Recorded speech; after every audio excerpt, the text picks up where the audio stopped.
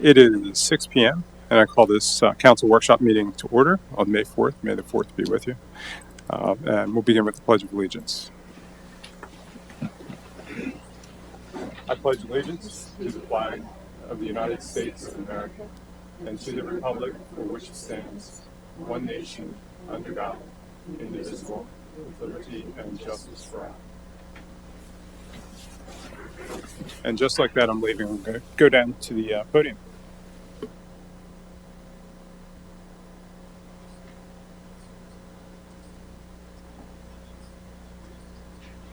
Bobby, join me up here.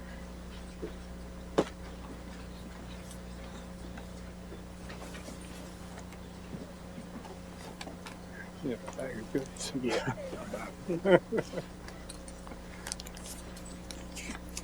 So we get to honor our EMS, our local EMS here. I have Bobby Pine up here with me from Cumberland Goodwill. And it would be pretty easy to honor you for all the things you normally do from day to day before the last couple of years.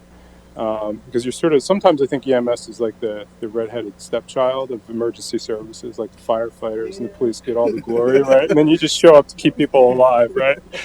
But honestly, like, you're there on fire scenes. You're there on when the police need you. You're there, it's all day, every day, day and night.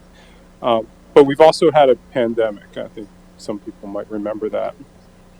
And I wanted to note what you have all done over the last couple of years, how responsive you've been, and how really ahead of the curve you were. I think over that period of time. So even before things heated up in March of 2020 and things got shut down, Cumberland Goodwill was on the ball. They saw what was happening in China and were concerned about supply chain issues, and then got right on the stick and got a 90-day supply of medical supplies that proved to be pretty critical, right? Keep you ahead of your needs, and you continue to do that throughout the next 2 years. You're able to stay on top of your medical supplies, despite all the supply chain issues that we continue to have today. And then on March 13th, we'll remember that. Friday the 13th. They implemented a requirement that all patient interactions with their staff, that their staff wear N95 masks, which we all remember were hard to come by back then. And that remained a requirement for the next couple of years. Because the health and safety of your staff was number one. You can't save people if you don't take care of your own. And then shortly after things shut down here, you did a number of measures with three primary goals: keeping staff safe and healthy, keep responding to emergency and non-emergency requests for service, so that at the end of this, we still have Cumberland Goodwill with us, right? And throughout the pandemic, your policies really centered around those main three goals. You put contingency plans in place. You implemented an aggressive public relations campaign, which helped keep people educated and kept people aware of the changing circumstances of the pandemic and medical needs. And did this all while each and every day, 24 hours a day, responding to call after call. Although I know that ebbed and flowed over time. I think you mentioned before, Bobby, that there was you probably hit your record low and hit your record high during the pandemic. So with all of that, we needed to really recognize what you have all done for our community, and so we've issued a mayoral proclamation. I hate reading through whereas clauses, but I want to touch on a couple of things in here. Because we know a number of things that EMS does for us and how critical it is to our community, our residents, accessing quality emergency care because that improves survival rates. We see it, Chief. We see it on the fire scene where we're extricating patients from a vehicle. And those seconds, rushing a patient to the hospital, really truly make a difference. You provide that gap in medical service that we otherwise would not have. Like I said before, you're there for our first responders. You're there for our community day and night, Bobby. We appreciate it. We appreciate all of you for everything that you do. Thank you for attending tonight. So it's my pleasure to proclaim May 15th through May 21st Emergency Medical Services Week. And thank you, Bobby, and all of you for your service. Thanks, Bobby.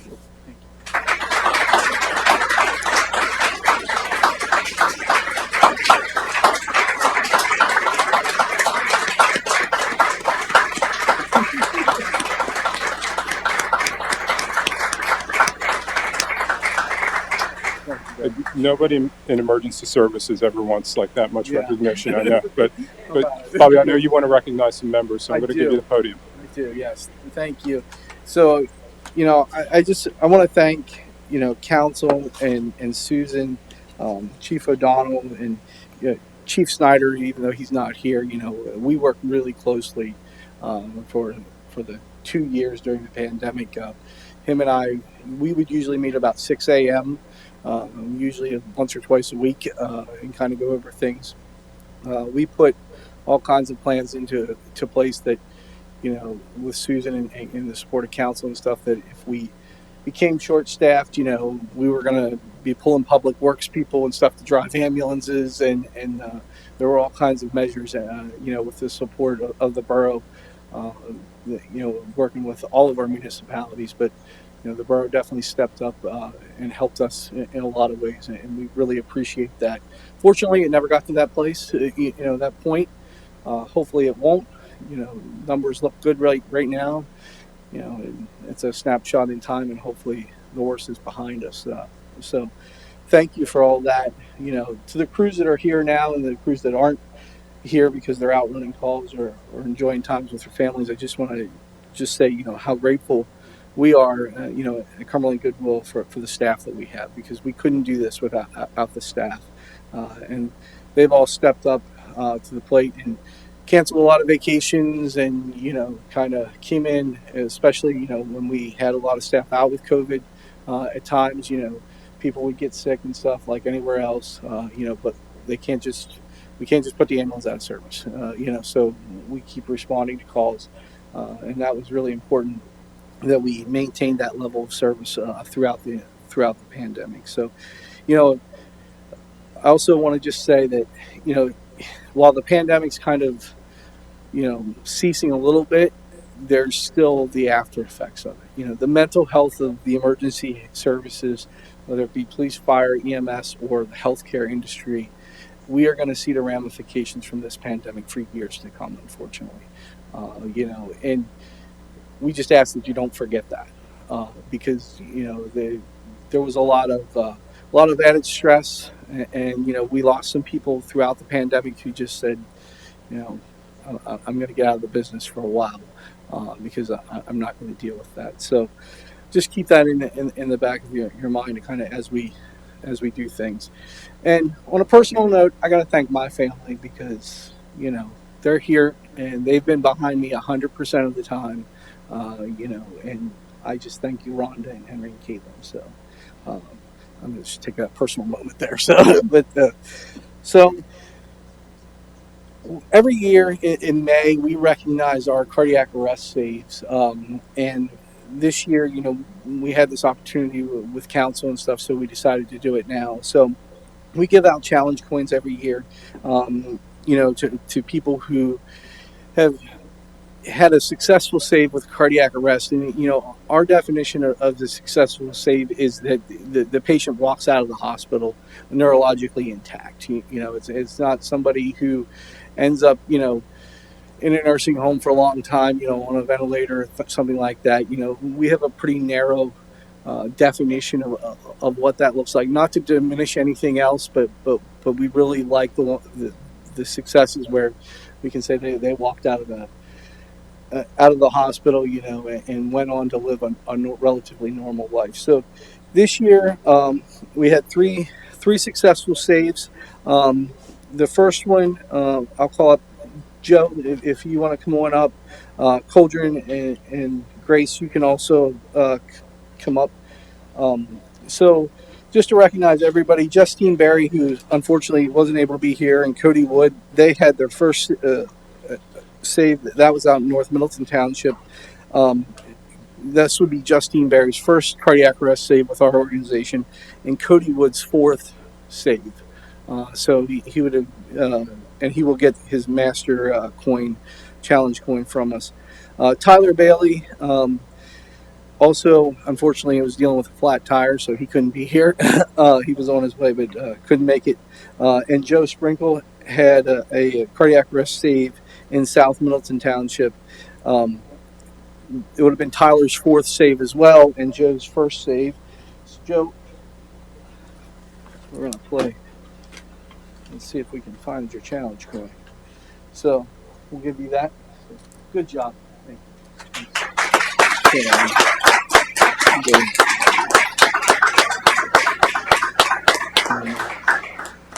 And then Eric Coldren, this is his second save with us.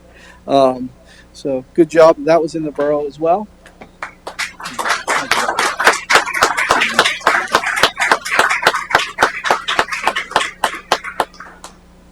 And then we have Grace Snyder, who also has her second save. So, whatever. Good job, Grace. So, I just want to say thank you. Thank you for letting us recognize our providers, and thank you for supporting us and everything you've done for us. So, we'll keep doing what we're doing. So, thanks, Sean. Thanks. All right, thanks, guys.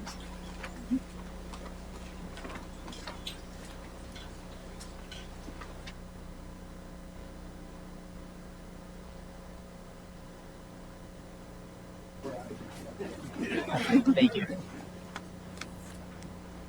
Thank you all.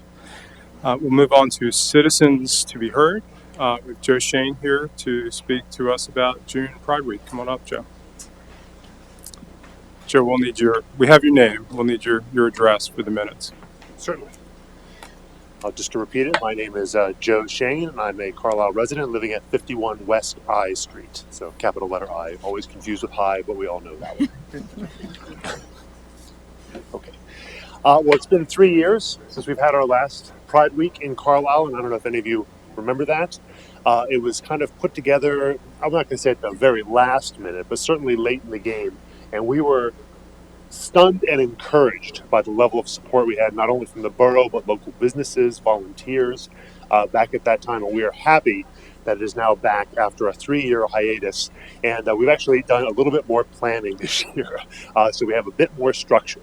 So I'm here to kind of outline the dates, the tentative slate of events, and then to ask some specific things from the borough and perhaps Mayor Schultz that help us out with this. So this year's Carlisle Pride Week is scheduled for Saturday, June 11th through Sunday, June 19th. And we have events planned for each of those days. And I'll just go through these briefly, and they are subject to change. We're still nailing down some details.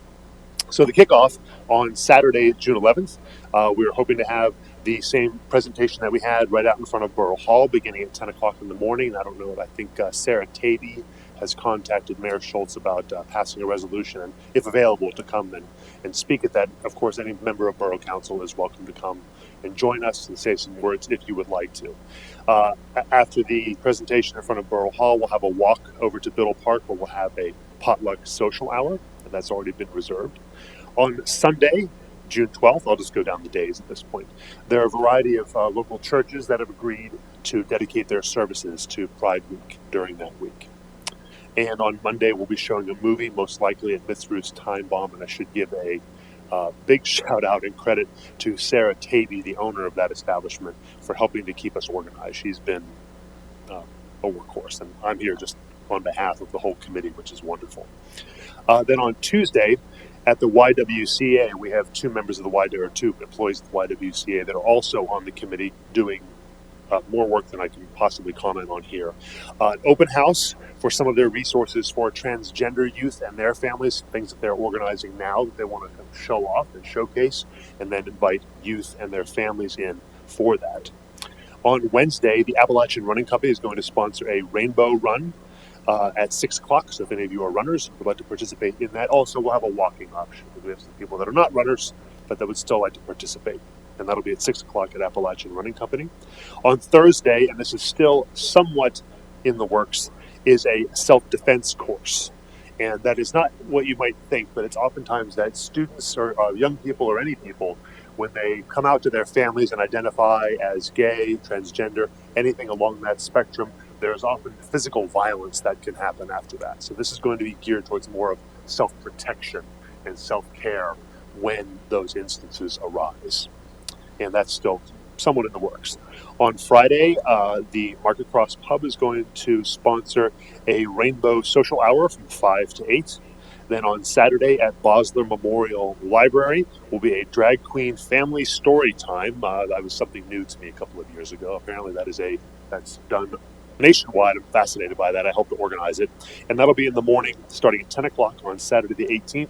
And we have 2 local Carlisle people from Carlisle that are going to be leading that. And then we'll head over to Juneteenth later that day to support that effort over at Hope Station. And then Sunday, there'll be a Father's Day brunch and after party to round out the week. So we have a full slate, and there's actually likely to be more things added to that. Actually, the Farmers on the Square have agreed to sponsor a children's event on Wednesday, the 15th. So an event for children, because we recognize we didn't have anything for younger kids. So there's 3 things, and I think I mentioned most of these already. So if the borough would consider passing a resolution in support of Pride Week, so that could be communicated to the community. What we found 3 years ago, even with last minute notice, plenty of businesses did their own events in conjunction with it. Without us asking them, they just did it. And we would love to get the word out more broadly to give more opportunities for people to prepare and do what they see fit in support of this. And any literature that you distribute to the community, newsletter, website would certainly be helpful. And then again, if Mayor Schultz, if you're available on that first day, that would be wonderful. And if not, we could talk about possible alternatives, or if more of you would like to speak, if that's something you feel compelled to do. So the committee is, I'm not going to name all the names, but we have people from the YWCA, Sarah Tavy, a local Reverend Miller Hoffman, who is very well versed in these issues. Very happy to have him on the committee as usual, compelling speaker. In fact, he was the one that spoke 3 years ago about this and did a probably more compelling presentation than I'm giving now. And I'm a little unfamiliar with the workshop. Does anybody have any questions, or is that sufficient for now? So pardon my ignorance about the format. No, it's kind of informal. So, Joe, is there going to be, for those of us who weren't writing everything down as you went along, is there going to be social media somewhere where people might go to find Yes, out the there'll be a schedule of Facebook events? page, and it may be up as I speak, but that's something Sarah was going to sort of bring back from 3 years ago. And Okay. that'll primarily be, I don't believe we're going to have a dedicated website. We'll just kind of use, and I think we'll probably use Instagram and Facebook. Okay. Yeah, and we can certainly queue up a resolution by the June. I'm not sure when our June meeting is. June 1st by a workshop. Yeah. And if you're interested, we have, I think, a resolution from 3 years ago. If you'd like to see some previous language, I think we can get that to you. Sure. If you'd like. Mm-hmm. Yeah, we probably still have it. I'm sorry, what was that? I'm sure we still have it. But yeah. Okay. Well, if you have any trouble finding it, probably Sarah would be the best. I would just be a go-between. Yeah, I got you. Yeah, we have to hold on to things like that or we get in trouble. Are there any other questions? Just a quick question, Joe. Thanks for all this. I know 3 years ago at the event in front of Borough Hall, there was a microphone and an amp set up. We didn't have anywhere to plug it in, and the Borough Hall was locked. Are you guys planning? Are you going to need us to do that, and then can we work that out? Because I wish I knew the answer to that. Okay, I will. Just something to think about, because I know it was a Saturday and we were locked out of the building, so people had to yell. So if we could figure that out. I think I remember that we did not have amplification. If we did, it was probably a very cheap megaphone, which didn't probably come off very well. Anything else I can address? I don't have a question. I just want to say, I think this is great. I mean, all the activities, everybody who's involved in it. I loved hearing that the churches here are going to dedicate some of their services to it. I think this is really good. I'm excited about it. It's good to see.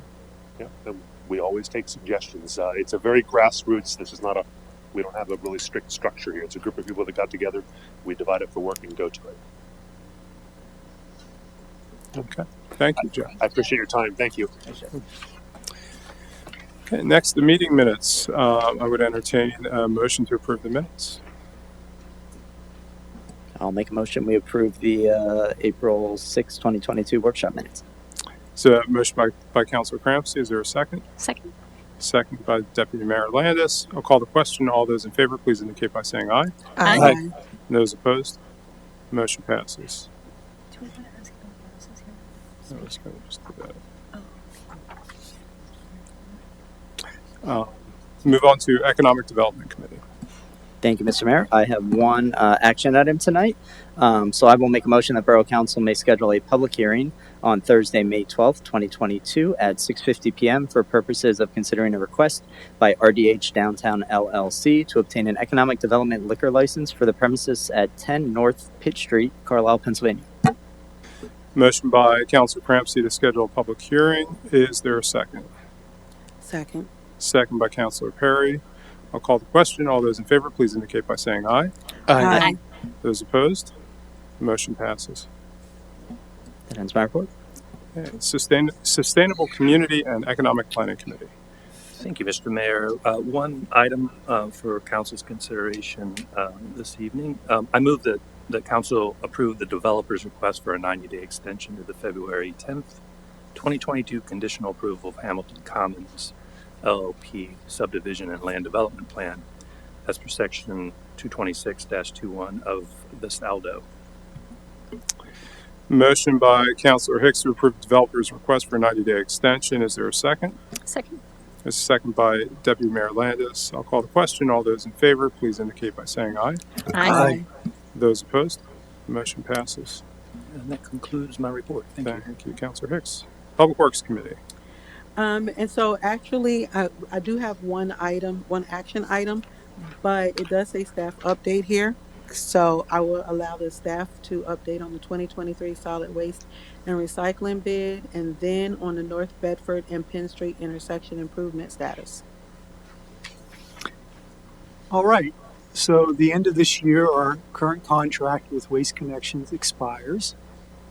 It's a 3-year contract, and staff has been meeting with service providers, getting some input from them on what's going on in the industry.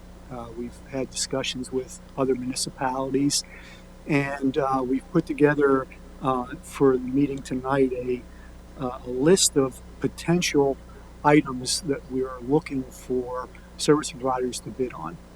And it's intended that this,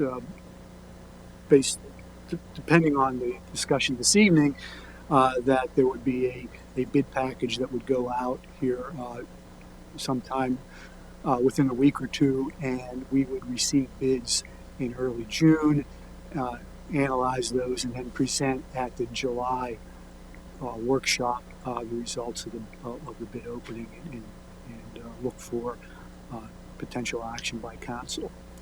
The intent is to provide sufficient time to a service provider so that if they're not currently providing services to the borough, that they have sufficient time to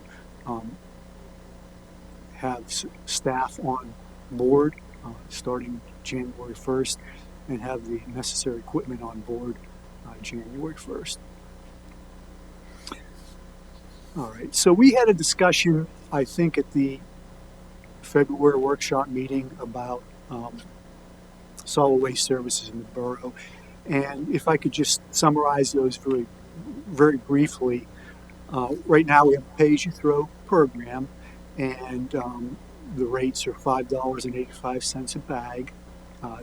They've been that way since the beginning of this current contract, and they're insufficient to pay for the service. So council is drawing from general fund to generate sufficient reserves to pay the contractor. We pay our contractor on the basis of the number of bags sold, with no guarantee on number. Okay. We talked in February about pay-as-you-throw and the fact that if you look at the amount of solid waste that is collected on a monthly basis in the borough over the last numerous years, and the amount of recycling that's collected, and you compare that to other communities in the Commonwealth or across the country, the amount of waste generated on a per capita basis is much lower than what the national average is. And also the amount of recycling that's collected is much lower than the national average. So that indicates that we're not getting the level of participation in the program that that we should be getting. So if one is, for instance, if the waste generation was low but the recycling was much higher, you would say, well, geez, the pay-as-you-throw is working because we're getting people to modify their consumption habits and they're generating a lot more recycling. But generally, when you look at the amount of waste generated per capita and the amount of recycling, we're about at 50% or so of the national average. Also, we talked in February about the fixed cost associated with the program. So our service provider has equipment and has staff that is out on the street on a daily basis every week, driving up and down borough roads, ready to collect recycling and collect solid waste. So there's a cost associated with that, and it's about 85% of the total cost of the program is to have the manpower, the staff power and the equipment there available to provide service in the event that someone puts out a bag or someone puts out recycling or a bulk item. The other thing, if you look at the tipping fee that is charged by local landfills, it's about 1.9 cents per pound. Okay, so if it's a 40-pound bag, that's 70-some cents if it's full, compared to the $5.85 we're charging now. But it's even more than that. We're paying our contractor more than that. So the difference in cost between a 40-pound bag versus a 20-pound bag, there really isn't any difference there. It's really the need to have the staff power and the equipment available. The other item, and we really didn't talk about this too much at the February workshop, is if you look at the amount of effort that staff exerts from the standpoint of codes, a large portion of staff time is spent related to complaints or code violations associated with solid waste. And I can let Jared speak on that if he'd like to.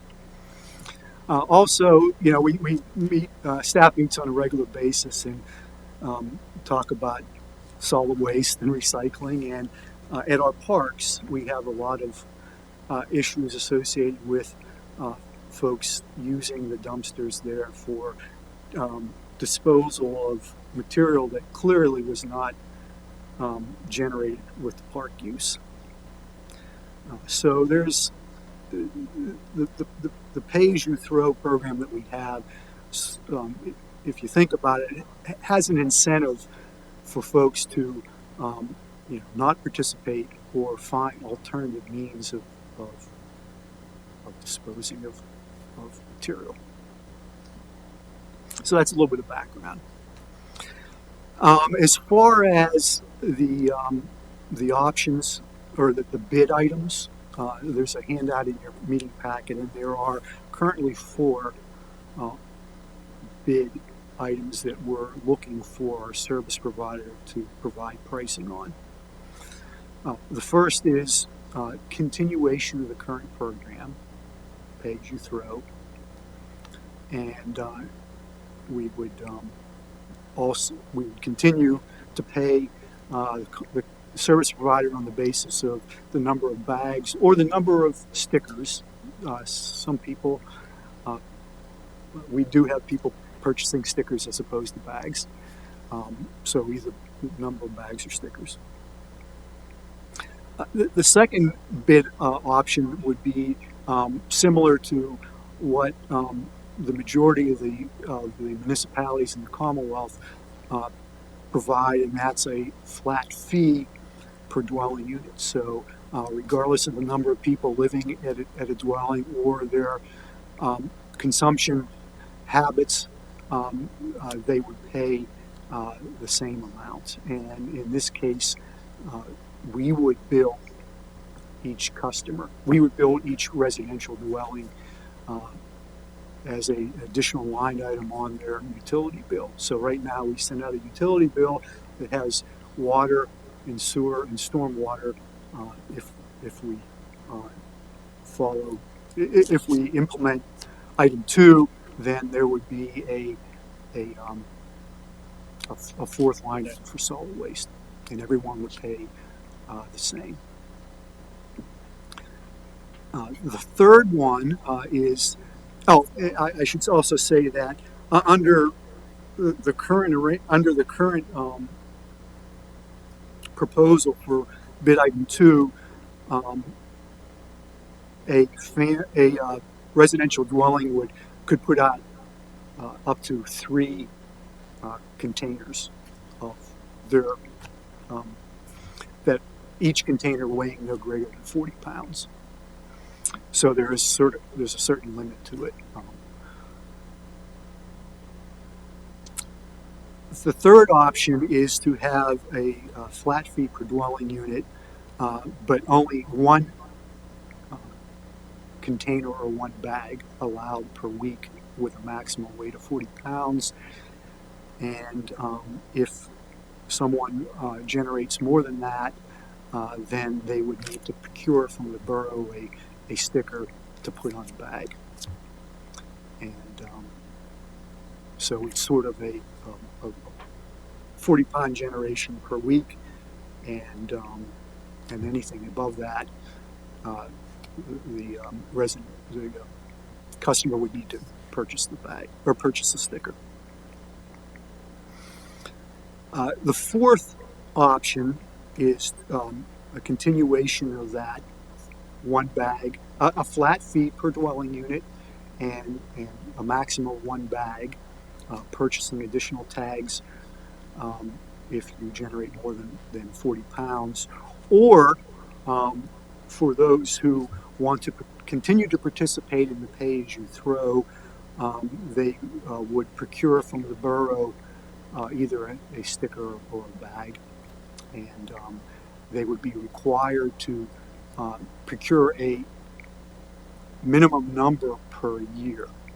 And what we're suggesting here in the handout is a minimum of 24 stickers per year, which is 1 bag every other week. Again, with the maximum weight of 40 pounds. So those are the 4 options, and have at the bottom of the handout some pros and some cons. That this my ideas as far as pros and cons, but nevertheless they're there. And I do want to point out a few things. Obviously, for the pay-as-you-throw, if we continue that, everyone is familiar with it. We've had it in place for quite some time, so that certainly is an easy thing to implement. However, if you go back and you remember what I said at the beginning, we don't have the level of participation that we really should have. And what that is doing is it's driving up the cost, okay? Because not everyone's participating, but our service provider still has the same fixed cost, then everyone is paying more than what they would otherwise pay if we had closer to full participation. So the other options where we bill on our utility bill, we would get close to full participation, assuming that certain people wouldn't pay, but we would get close to full participation, and therefore it's likely that the unit cost over what we otherwise would have would be lower.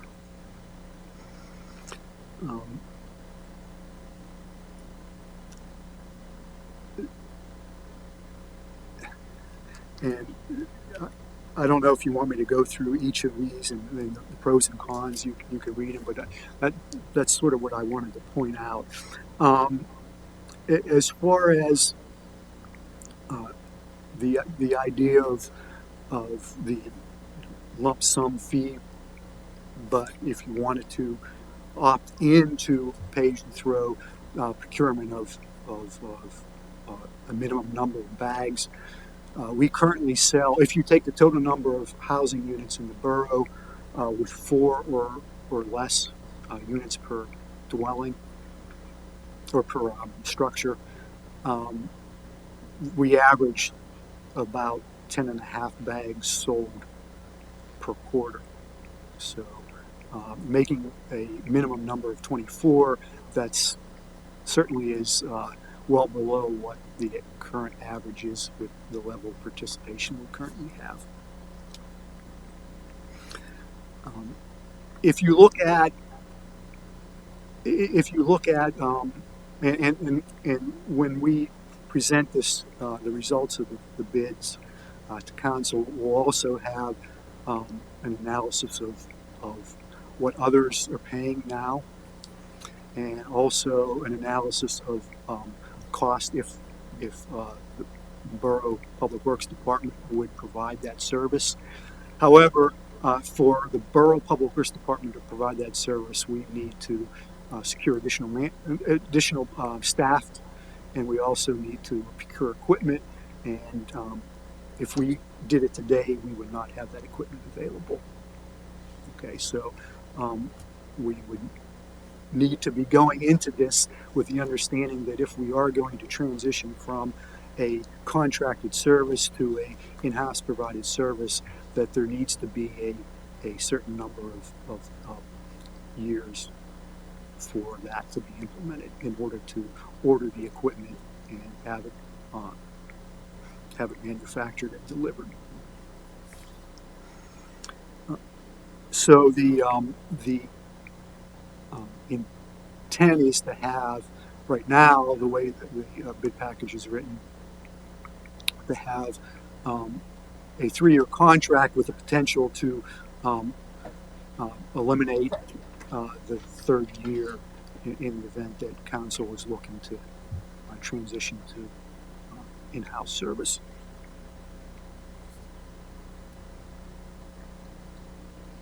Okay.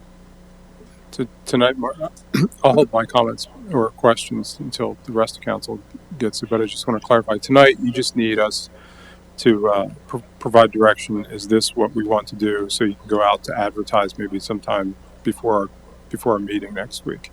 Right. We would go out to advertising and with a bid opening in June, so that we would have the results available for the July workshop meeting. So that's correct. Are these 4 options acceptable to the Borough Council, or would you like different options or modifications to these? Okay. So I always start on my left, I think. So I'm going to start on my right. So I know, shaking things up. Council Perry's like, no. Do you have any questions or comments? Okay. Council Hicks. Good. Yes, thanks, Mr. Mayor. Just a few things to help me think through this.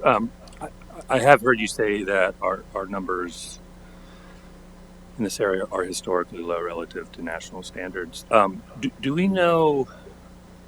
Do we have data that goes as far back of total waste pre pay as you throw as a point of reference to see if there was a change or? No, we do. Unfortunately, we do not. Okay, that's what I thought you would say. I guess I would be very surprised if anything that was any of the options other than option one would ultimately increase our waste total, which I don't have a sense for what that balance would be. And certainly anything other than option one would probably find not be consistent with the goals of our climate action plan. I'll just throw that out as a things to trade off as we're moving forward. I did want to clarify the basis of the 24 stickers per year. Was that an assessment of what it would take to break even, or? No, it was just based on one every 2 weeks. So participating twice a month in the program, figuring they're depending on the waste that's generated, there is some degradation that occurs and some odors, and that someone would not want to be holding certain solid waste for more than a 2-week period. Okay. And the only other, thank you. The other thing I would be curious if it made sense was I mean I could envision to try to deal with discouraging folks who are not using the proper channels for getting rid of their waste versus I think a good number of people are trying to reduce their waste and sort of prefer pay as you throw. Are you familiar with any municipality that might have a system where people could donate their bags, or where there is a situation where there might be a family who requests donations that we could maybe incent people who are trying to reduce their waste to help offset that. I could see that there's a burden there, right? Obviously, but I could see that as a way of possibly complementing one of these bids and maybe keeping our total waste down. But I'll just throw that out there as a possible audible or a addendum to how we might manage that. So that's all I had, Mr. Mayor. Thanks. Deputy Mayor. I'm fine with all of these options, by the way. So the question, yes, but I just had two other just things that I was pondering. So they don't necessarily have to be answered now if we don't know them. But the one was especially for maybe number 3, that the customer is provided one container and all the other bags have to have a sticker. I guess it's just differentiating like which one came from a person's, especially on tightly ordered blocks or apartments or things like that. Like someone could put out their one bag without a sticker and it might be right next to someone else's bag that has a sticker. So it's more of like the question of how the garbage collectors would differentiate and decide what to take and what to leave and whose. And so I just was trying to mentally map that out, and I couldn't quite figure out how it would be how it would always be orderly. We'll put it that way. And the other one was just, are we continuing with the rental units with rentals with 4 units or more still contracting their own? And my question was how we would charge only rentals or dwellings that don't fall into that. So if we're going to, do a flat charge to all residents, that I'm guessing we have a way of figuring that out. But anyway, that was my line of thought. That's it. That was it. Yes, we have a way of figuring that out. Just so Yes, we do. Okay. Those who are like watching online. Okay, we have a way of figuring it out. Yeah. We don't want to leave that question hanging, right? Councilor Crampsey. Awesome. Thank you, Mr. Mayor, and thanks for this, Mark. Just a couple quick questions. On bid number 4, the 24 sticker minimum per year, how will that function? So if I go to a local store, would I not be able to buy 1 bag? Would it be upfront? You have to buy 24. How would we kind of regulate and monitor that? Yeah. So, and we still need to internally discuss this because we haven't. But the way I would envision it would be that we send out a quarterly bill, and if the default in that case would be it's lump sum unless someone comes into the borough and procures the minimum number of stickers for that quarter, equivalent to 24 per year. So essentially someone would need to purchase 3 months of either pay for 3 months of service under the lump sum or pay for the equivalent number of stickers. Yes, we floated that concept by the Director of Finance, Richard Jude, and he believes that could be easily managed as far as the process, as long as the bill would initially go out, and for those particular residents that would like to opt for the 24 stickers, they would have to visit Town Hall though, and their bill would be adjusted accordingly at the time that they procured the 24 stickers, if that makes sense. It does, yeah. I guess, if we were to go down that path, I'd be hopeful that we could figure out kind of an option where we deliver those. I would hate to put up a burden of people if not everyone can get to Borough Hall, right? Or if there's certain barriers, if there's ways we can work through that. But okay, that's helpful. Mark, do you envision? I know when we did this last contract, you all did a great breakdown, and I think you mentioned this of after the bids come through, here's how much we'd have to take out of general funds if we kept the bags, and then per quarter or per year, here's how many hundreds of dollars it would be if we went this option. Will you all do that again for us? Yes, that's the intent. Okay. And then I guess just my last suggestion, like Deputy Mayor Landis, I'm good with these 4 options. I would recommend, if possible, if we could add a 5th.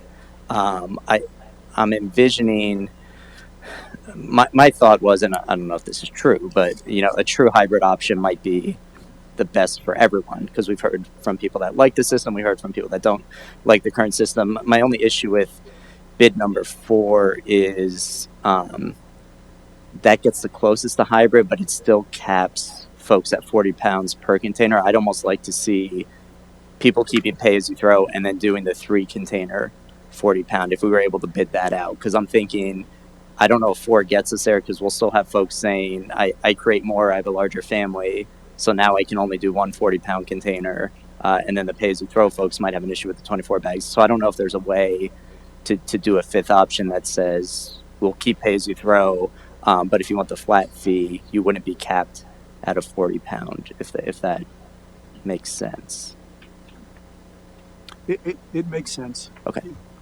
I would just like to see the pricing on that. I think that would be interesting. So I think that's all I have. I guess I'll keep my comments. I'll be interested to see what the bids come back as. I still come back to the pay as you throw. But again, I'd also like to see that pricing in the future years. And then I guess my last question, if the bids come back, would we have an option to do a 1-year contract with any of those, or would our option be potentially talking to the current hauler of a 1-year extension, or am I getting too far? Should I not be bringing that up before we see bids? The way the current contract is structured, we do not have the flexibility to request a year extension. I believe that we don't have that ability to do so, and I'd have to lean on the solicitor as far as once we put the bid document out. I think at that point in time is when we have to disclose whether, what the terms will look like. But okay, and I keep saying last question, then I keep asking more. Do the bids specify the length of the contract? And is that industry average the 3 years? Or are folks doing 5, 2, 1? Is it? That's about average. If a service provider is coming in and it's a new provider, they need to have a certain amount of minimum length of contract in order for it to make it their worthwhile. Yep. Okay, because they're procuring equipment. Now, I didn't mention, but I should. None of these alternatives provide for the service provider to give a container to a resident. If you go to Lowe's or Home Depot right now and you say, well, how much is a tote cost? It's about $125. So you figure it's going to be a little bit less if it's purchased by bulk, but you take that and multiply it by the number of dwelling units, and we're talking about $800,000 of investment up front just for that container. So as the term of the contract gets smaller, then there's obviously the cost goes up on a unit basis.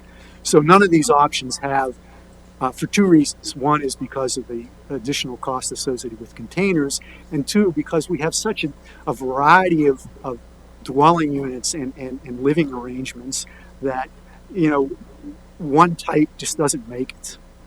So staff felt that it would be better just for the customer to determine on their own the type of container they wanted. So, can I ask another question? Sorry.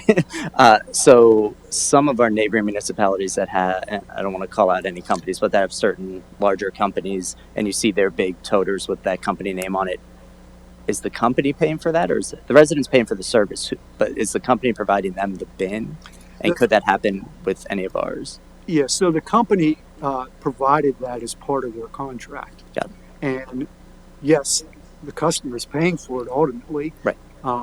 In the unit cost that they pay on a regular basis. It's just a matter of what that cost is. Okay. Great. Thanks. Appreciate it. Councilor Stubbe. Thanks. I don't know if the second part of my question is something that we could answer, but so in any of these options, there's a 40-pound limit. How does our current hauler police that 40-pound limit, like when they're coming to pick up a bag? I mean, I've certainly seen bags that, after collection have a tag on them that say they're too much. How does the hauler police that currently? They all have calibrated arms. And they pick it. The service providers pick up a lot of material, and you just get that muscle memory of yeah, that's heavy, that's over. So our service provider does put tags on it and does not pick it up if it's over 40 pounds. And the 40-pound limit was more from the standpoint of the ability of an individual to pick up a large amount of weight.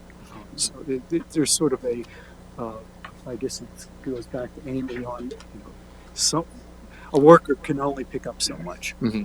So I guess it's just kind of, it's not they're not like going and weighing every bag, right? I mean, it's more just like when they pick it up. So if we go with any of the other options aside from the current bid, right? Would we? I guess that's essentially what would happen still, regardless of whether they have a toter or like as if we went with option 2 here. if somebody has a can, that's essentially what would still probably be the case. It's just the discretion of the hauler as to whether they determine that is 40 pounds Right. or not, right? Yeah. Okay, gotcha. They would look at it from the standpoint of, I'm not picking up that uh, quarter yard container because it's clearly full and it's clearly more than that material. So, And I guess my only other question was, is there any concern that we won't receive bids on all, like when we're putting this out, I mean, is it likely that we're going to get contractors coming back providing us bids on all of these? Or, I mean, it seems like there's a lot of options, and I don't know if, basically what I'm asking is, do the contractors in this area have the capability to provide any number of these, or is it really like they can only provide the pay as you throw option or the flat fee option? And I don't, if you know that or not, I guess maybe that's something we'll find out as the bid process goes. I would say that in discussing, at least with one service provider, they said if you're requiring me to do all these, I'm not bidding.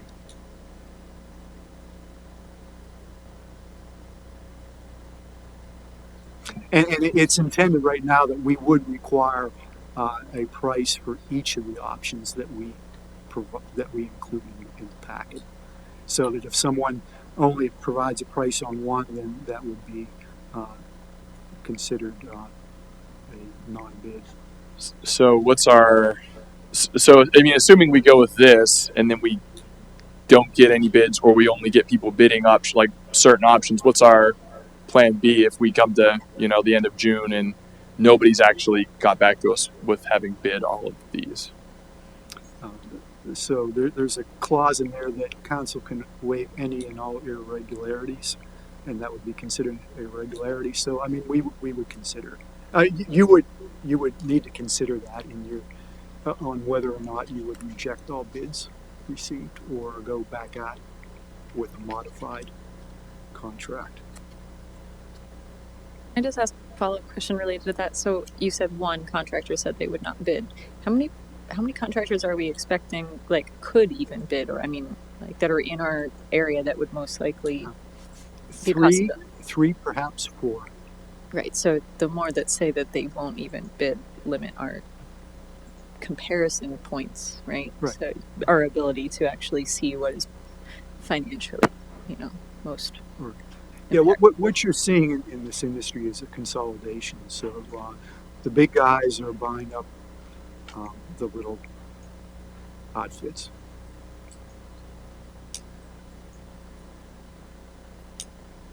Councilman Bell. Okay. Do we know of any neighboring municipalities that have a successful hybrid program going right now, or are most of them either one or the other? I guess it would depend on how you define success. Well, that actually put out a bid, received a bid, and signed a contract. Oh yes, okay. Yes. The majority of our neighbors have lump sum. However, some of them have lump sum with a pay-as-you-throw option. Okay. So then my other question was about tracking, and Councillor Crampsey sort of hit at that for the number 4 about the minimum 24 stickers, how we track that. But I guess my question is, because we've been doing pay-as-you-go for so long, that it'll be an adjustment for citizens to be paying the flat fee, and it would go on their quarterly utility bill, right? So how would we track non-payment? How would we determine at what point do we cut off the service for non-payment? How would we communicate that to are all those things worked out? So how we're viewing it right now at the staff level, and we have not vetted it with the solicitor, so but very similar to how the stormwater fee was implemented. And essentially, when you come in with your payment for your utility bill, there's the utilities are prioritized. Okay, so for example, Mark, correct me if I'm wrong, the stormwater fee gets paid first, then the sewer, and then water. Okay, so right now, the thought is that trash would be the first fee to get paid, and then stormwater, followed by sewer, and then water. So it's not it. In essence, when a bill would go into arrears, we would still have the ability to turn off the water for any arrearage because of how we would apply the payments.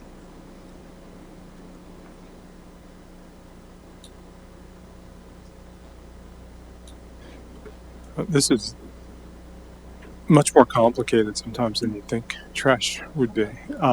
And I met with staff last week, and I thought the meeting was going to take about an hour, or less. And I think I was here for about 2 hours at least. So, and we talked about a number of things, and the bottom line of this is we have a number of competing interests, and Councilor Hicks touched on at least one of them is we've made a commitment to reduce our carbon emissions in this borough, and I would agree, generally speaking, that the pay-as-you-throw program incentivizes a reduction of carbon emission.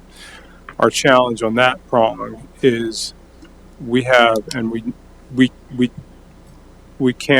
quantify it right now because we don't have the data, but we know we have circumstantial evidence that suggests there's a relatively significant number of non-participants. So that is going somewhere, and we can sort of pat ourselves on the back saying, yeah, our numbers are low so that we're not producing a lot, but in reality there's production of trash that's occurring, and waste that's occurring that we just can't account for. So we can't go into that naively. I mean, we know that's happening, and we know we have codes issues. We have evidence of that. We also have an affordability issue, right? I think we're all relatively comfortable in our lives. Not everybody in this borough is, and some of those codes issues, I imagine, are because people just simply can't afford bags all the time, and so there's a Venn diagram developing here, right? So we're trying to find that sweet spot. There's also a convenience. We heard that when we last bid this out, we had a resident primarily just wants the convenience of having a toter, and there are many throughout the borough who feel that way. And then the fourth one, and maybe there are other prongs to this, or circles of the Venn diagram, is we have an urbanized area, and so toters are difficult in those areas. So we're trying to find the magic bullet that addresses all of these, and I think it's going to be impossible to be perfect on every prong. So we're going to have to do our best, right?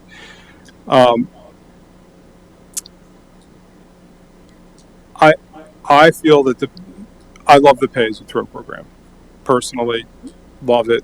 I do everything I can to reduce the waste coming out of my house. I think we are close to 100% recycling accurately, but we also know that recycling market that for plastics hasn't really come back where it had been a decade ago, and we could actually make money on recycling. Now we're paying to have those items recycled, and that just simply hasn't. That situation hasn't improved, and probably is not going to improve over the period of this contract. One question, or Mark, we talked about this a bit previously. What is do you have a sense of what the hauler's preference is? Like, if they could decide what they were going to bid on and only bid on one, which one are they looking for? Yeah, the one where they spend the least amount of time and make the most amount of money.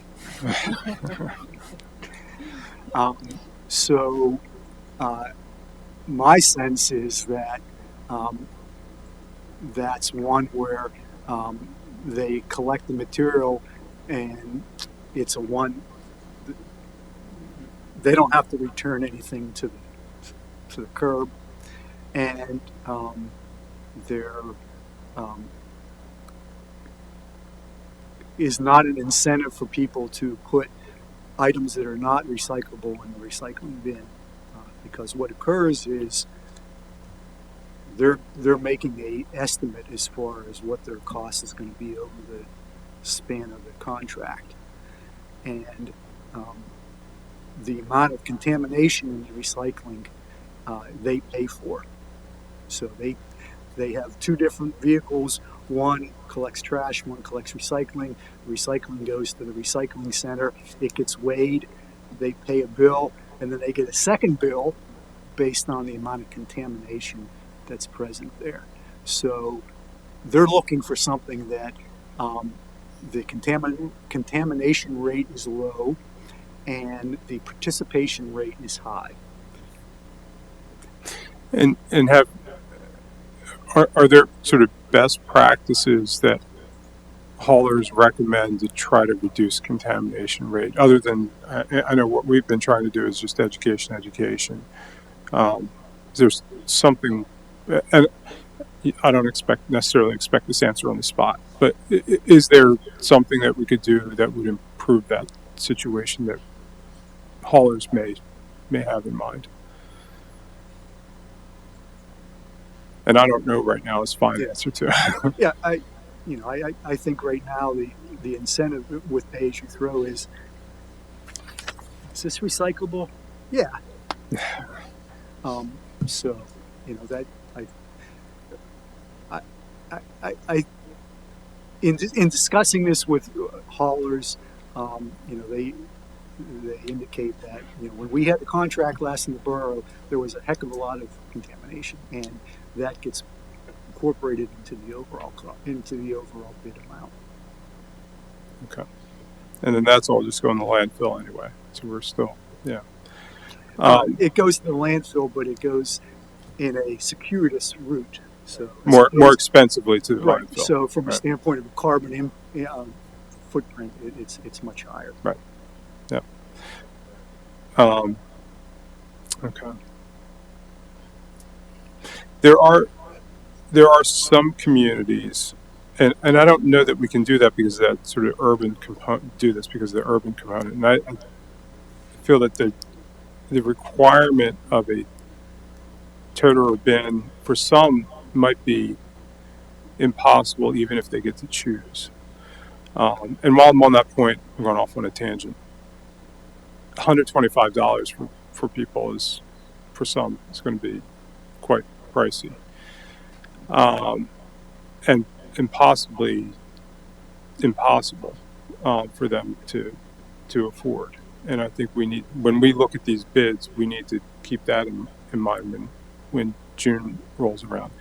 Some municipalities give two bin options. So the hauler will provide the bins, and there will be a large bin and a small bin, and you can opt in or out. I don't want to add a sixth option. I don't want to drive bidders nuts, but I think we might think about this tonight before we make a final decision. Do we have an option like that where we're at least somewhat incentivizing, reduce your waste, you can save money, and I don't know what most municipalities do that have that system. Do they default folks to the larger bin? Do we flip that around and default folks to the smaller bin and make them opt in to the more costly service? Just another thing to throw out there before we have final wrap up discussion on this, because let's make 7 or 8 options if we can. But generally speaking, I'm okay with these options. I was at a point when we discussed it last week where I would almost, given what we are able to, we think, include about the current program not being as effective as we may pat ourselves on the back for being, I'm almost ready to throw away the pay-as-you-throw program because I think we're not necessarily getting what we think we're getting out of it.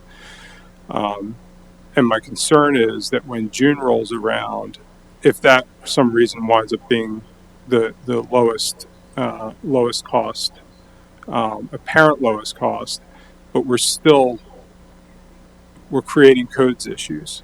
We're creating affordability issues for people. And then we're choosing an option because it's the lowest cost, because it seems to align with our climate action goals.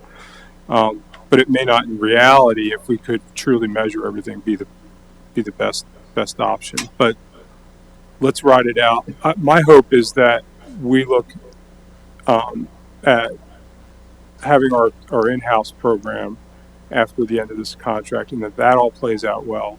So I know I've shared an option with staff where there are bins out there that you can actually, there are devices on them, and the device on the trucks that weigh the garbage in the bin, and then people, you can choose to subsidize that if you want to, but people are paying based on what they're creating. So, but generally okay with this. We'll need to circle back and talk about Councilor Crampsey's fifth option. Make sure everybody's on board with that. I threw out that sixth option. I don't know if we want a sixth option. I don't know if staff wants to chime in on how many options gets to be too many options before we even go there, and do we need to pare this down to 4 options if we're going to consider these other choices? So that's a Can I amend my suggestion? Mm-hmm. So I mean, up for council debate, but I guess if I could just take my suggestion and replace bid 4 with that option. So keep bid 4 as is, but take out the 1 container and make it 3 containers.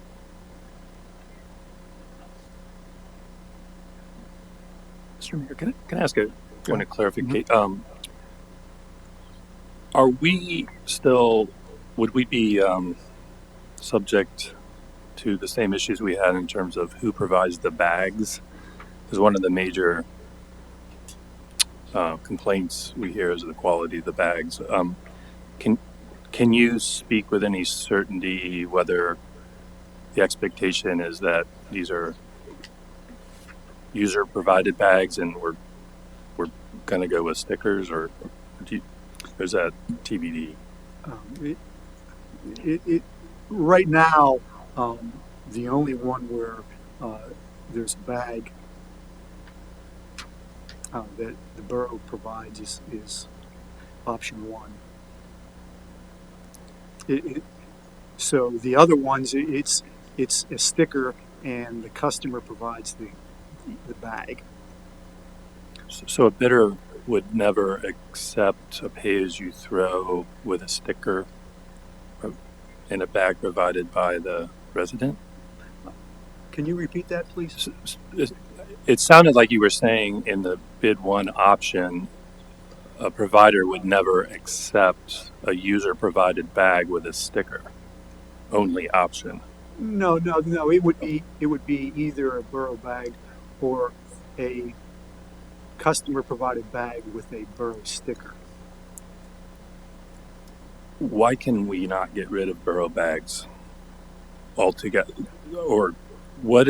Give me an advantage of ever staying with the borough bag option and not going completely with stickers. People may not realize it, but I agree. Like, the borough bags aren't as good as what you can buy in the store, but when you purchase them bulk like that, people are getting the benefit of that. Everybody thinks they're paying the Right. $5-6 for the bags, but we all know they're not paying for the bags. The bag price is actually what, 30-some cents per bag. Well, it was 33 cents a bag. It will be somewhere around 55 or so cents a bag. Okay, that's the only real advantage. So the idea was we're saving you a little cost to get this option.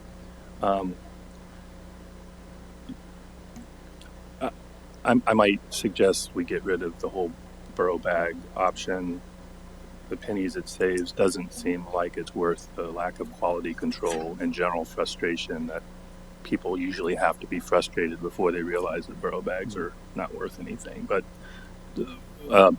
thanks for that clarification. And just a comment on, the issue of low income folks not participating, I don't see it getting better by exiting the pay-as-you-throw program. So if I can't afford to pay anything to get rid of my trash, I may be dumping it in a public facility, what have you. That increasing participation by making it now on your utility bill doesn't actually help that low-income person with the problem. It just means I have a bill that previously I would have paid less if for not I was dumping it in a public facility. So that's my concern. Yeah, it actually could help people, and here's why. Because if you put it on the bill, we can put a program basically like a LIHEAP program in place, like a LIHEAP for utilities program in place that would assist low income folks. I think that's difficult to impossible to do under the current program. Yeah, so we'd be subsidizing that production of trash. And I could probably use getting smarter about what that could potentially mean if that was if we went from a different option than we're currently using to see how, kind of get a sense for what CDBG funding we could use, LIHEAP, all the things. So if we have some of that information, I'd love to kind of mull it over a bit. Mm-hmm. Yeah. Can I just? I think that your option 6 with the choder, I don't like adding that option. I mean, Mark made a good point that it's going to add a whole lot to the bill, and there are a lot of households that won't even be able to fit a toter. And I would think that if someone really wants a toter, then it's within their hopefully capability to go purchase one. But otherwise, bags would be an acceptable container. Or am I misunderstanding that? No, bags would, a customer provided bag can still be an acceptable container. Mm-hmm. And it doesn't need to be a toter. It could be a plastic, reusable, trash can. Okay. Go ahead. I just had a quick question to follow back on the LIHEAP discussion, and this is outside of the bid, but if we were to go down a path of just stickers, is there a way for Borough staff or Borough to stand up a similar program for those that need it who could apply within the borough to either get reduced stickers or free stickers? Is that, because part of me thinks like, why aren't we trying to do that now, right, in general? So that's a later conversation. Just wanted to put that on everyone's radar.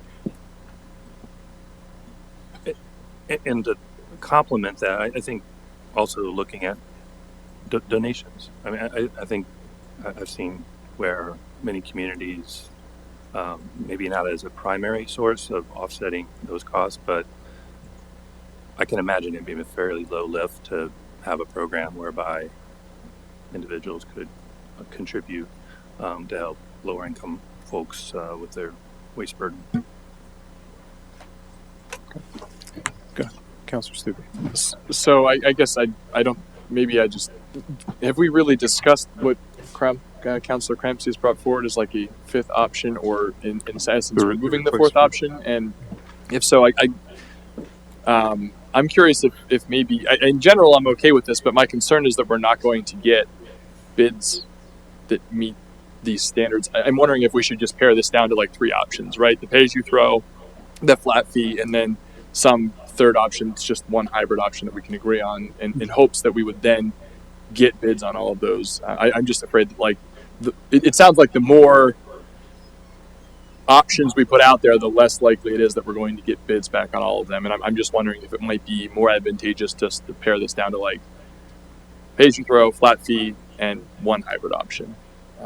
And if so, what that may be. And if it were what Councilor Crampsey's proposed, I would think that maybe option 3 might not be necessary, because you're already essentially, if you're doing a max of 3 containers in option 4, which you would essentially then like provide people the opportunity to put more out than 40 pounds in one container. So you might not need that third option. So wasn't sure what everybody's thoughts were on that, but just wanted to put that out there in the hope of maybe making the bid a little more concise and maybe increasing our likelihood of getting options for all of them, like actually getting bids back. Yeah, I think reducing the options is a good idea. But is everybody else? I just want to make sure I fully understand. So, like, for flat fee, it's 40 pounds per container and maximum 3 containers. And that's not extra charges for the extra 2 containers, right? So it's going to be that's going to be an expensive option. And so if we get rid of bid 3 and we add bid 4 to have 3 containers, then like the flat fee is still going to be way high. And then the only other option is to get stickers. And then my other coupled question with that is, when it's a bag, can it still be in a container? Because that's the thing right now, that like I have bags that, and this is why like sometimes I don't hit the 40, but I can't fit like all the extra carpet or what, I don't know, whatever, like something that's just bulky and big and I can't smash it down, but I can't put it in a container. They won't take it because there might be something heavy, I don't know, something else underneath. So I just want to make sure that like because sometimes I just have a misshaped bag or animal has gotten into it, but before they wouldn't pick up my garbage can that has a bag in it because of, I don't know, extra things. I don't know, at least at some point I had put so as long as, you know, that's part of it, that it doesn't have to be a bag that's sitting on the curb, or can it be a container that has a bag, it has you can see the tag in it? I don't know. I guess that's my concern, is that right now, if we get rid of number 3, then everyone has the ability of 3 containers, you know, which is going to be expensive, or just the bags, you know, 12 or 24 or whatever. I don't know whether I would make the assumption that going from a maximum of 2 containers to 3 containers is going to be expensive. There, you know, I'm just looking at the community I live in and what people put out in the trash and the volume of trash and the fact that it's collected. I wonder though if the maximum of 3 bags, like how does that align with our climate goals? Because if the option 3 is actually requiring those with more trash to pay more, and if you just automatically let everyone have 3 containers in these, I think I would. I'm not sure about the price, but would it be possible to combine bids 3 and 4 so that it's a 40-pound container, 1 container per week?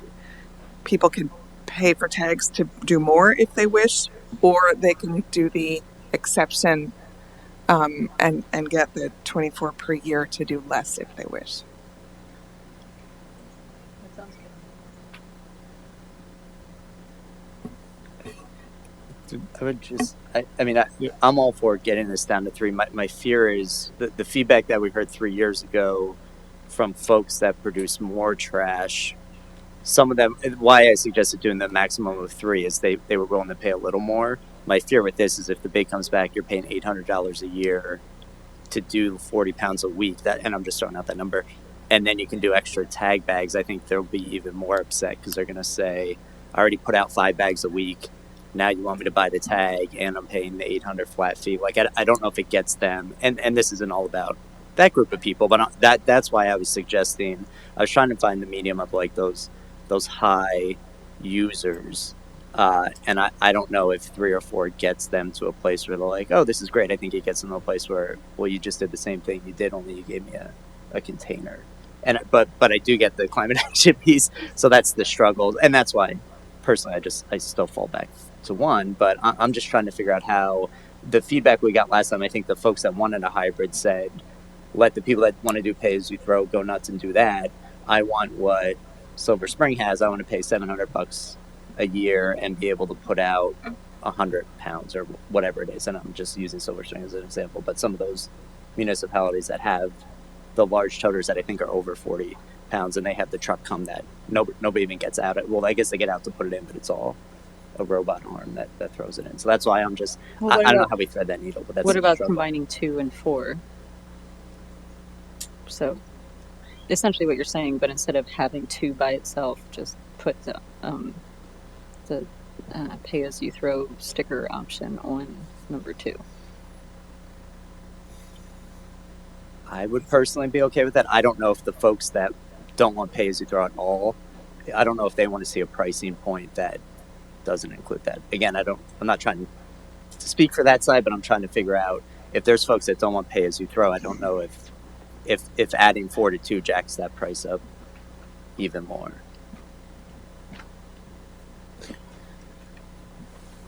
And the issue too with that, just to recenter that part of the conversation, is that those folks who are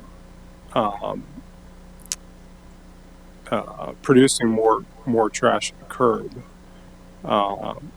and to the extent that they are getting the same deal that someone who is like my family is producing less than that, I'm now subsidizing that higher user, which in some cases I'm sort of okay with. I mean, for those folks who can't have a larger family, can't afford it, I'm okay with. I'm not so much, economically, I'm not okay subsidizing someone who is well off and is just producing more trash, and now I'm kind of paying for their production of trash, right? Just sort of. But Joel, you have your finger there. My assumption, if it sounds like I would be in favor of a more well delineated difference between people who basically feel like they're going to have a lot and kind of take care of those, and then those who, what sounds like, we'll sort of provide a floor of 24 per year, but like the yearly costs between those who want sort of an almost unlimited versus the one where we're saying 24 is probably the sweet spot. I mean, that's a considerable difference, right?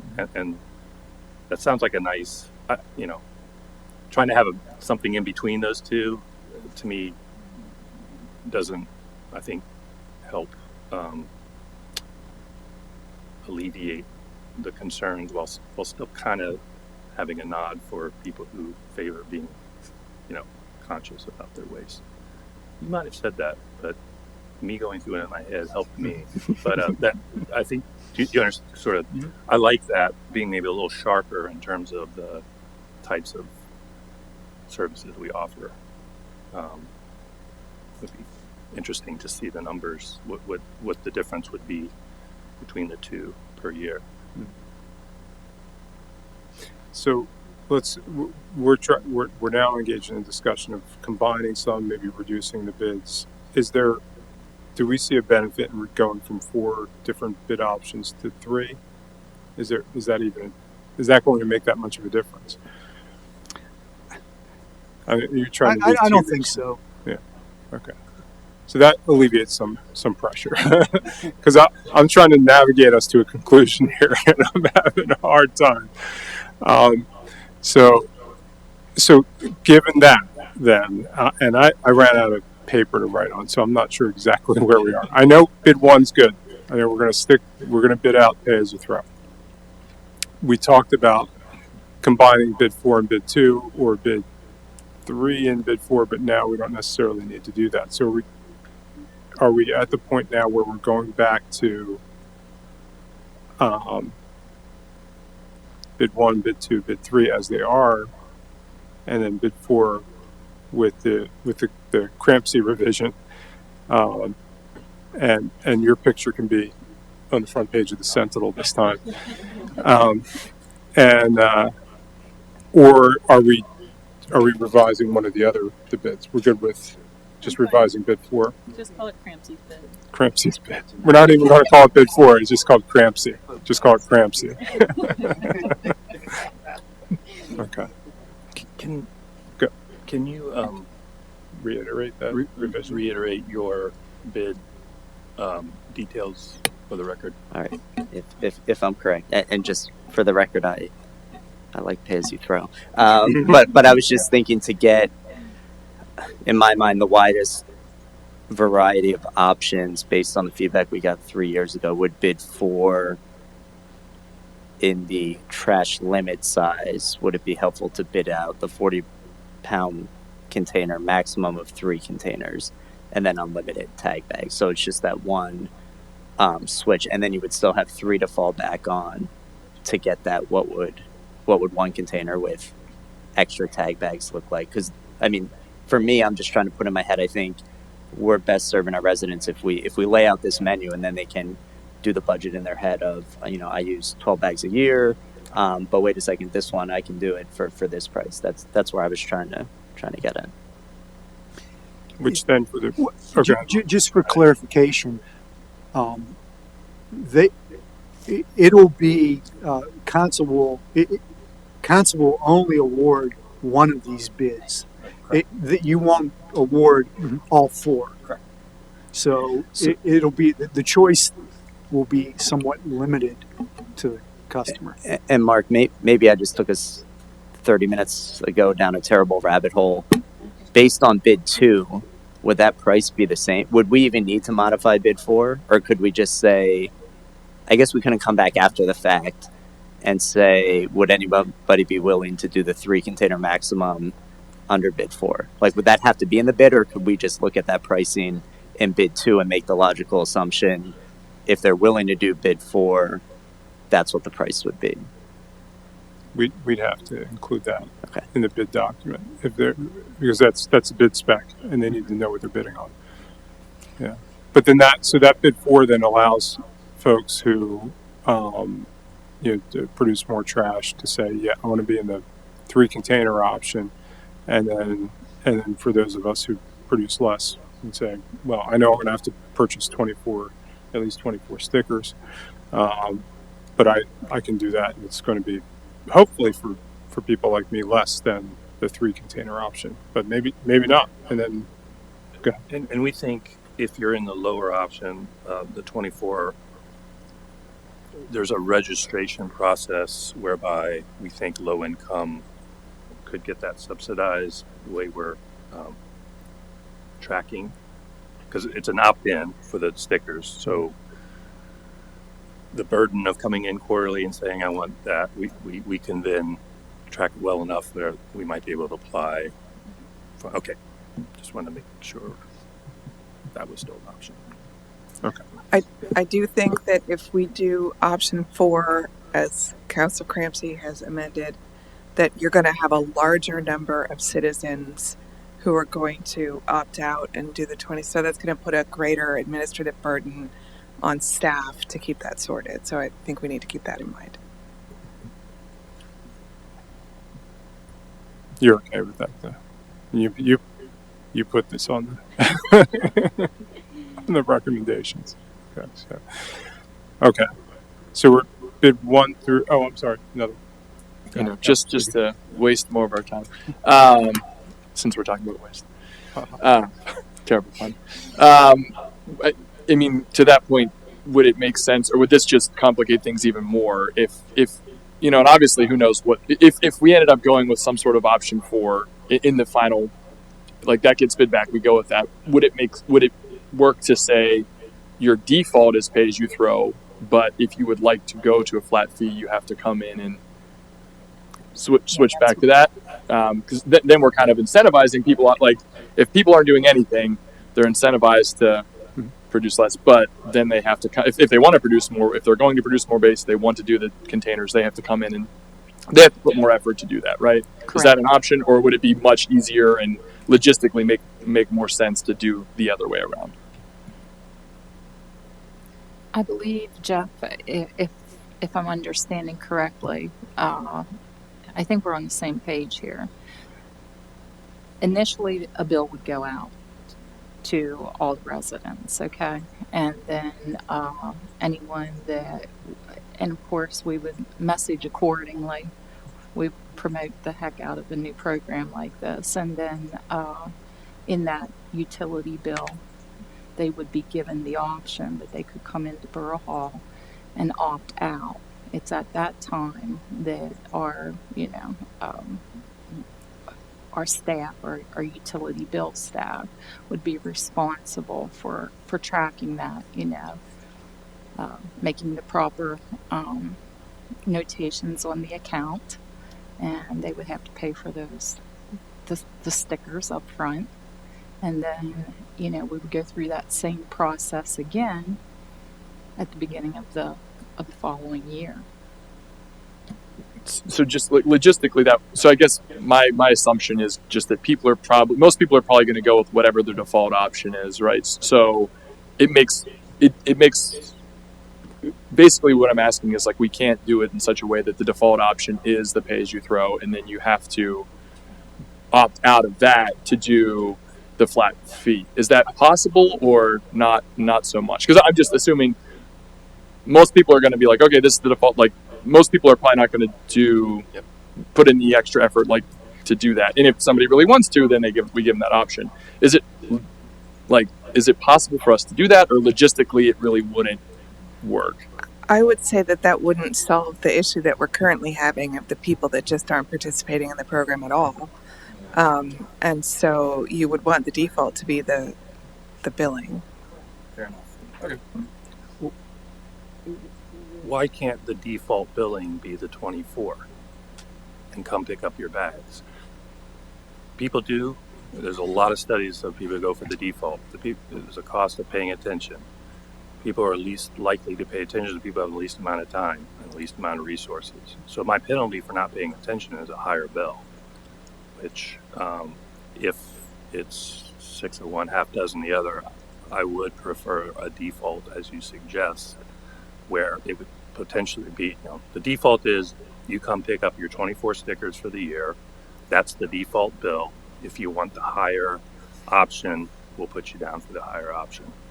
That would be, I think, the more... But that doesn't solve the problem that is currently occurring of people who are just not using the program at all, who are disposing of their trash in the parks or whatever. That doesn't solve that issue.